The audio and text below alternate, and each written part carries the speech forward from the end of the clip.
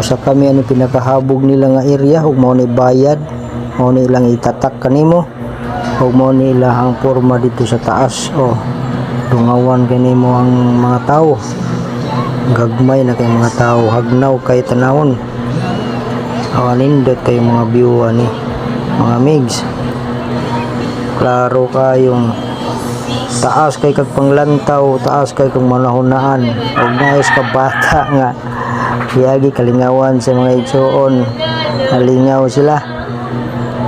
Amo ni makita nimo sa likod nga bahin, silang entrance ni nga madungawan nimo dito ka sa taas area. Tanawan nindot kaayo. Awan ninyo mga migs, kita kay mga panganod, mga kahoy gagmay na. Kanya manguli nami kay murag gutom naman. Ni nahitabo sa pagkagutom, lampor na.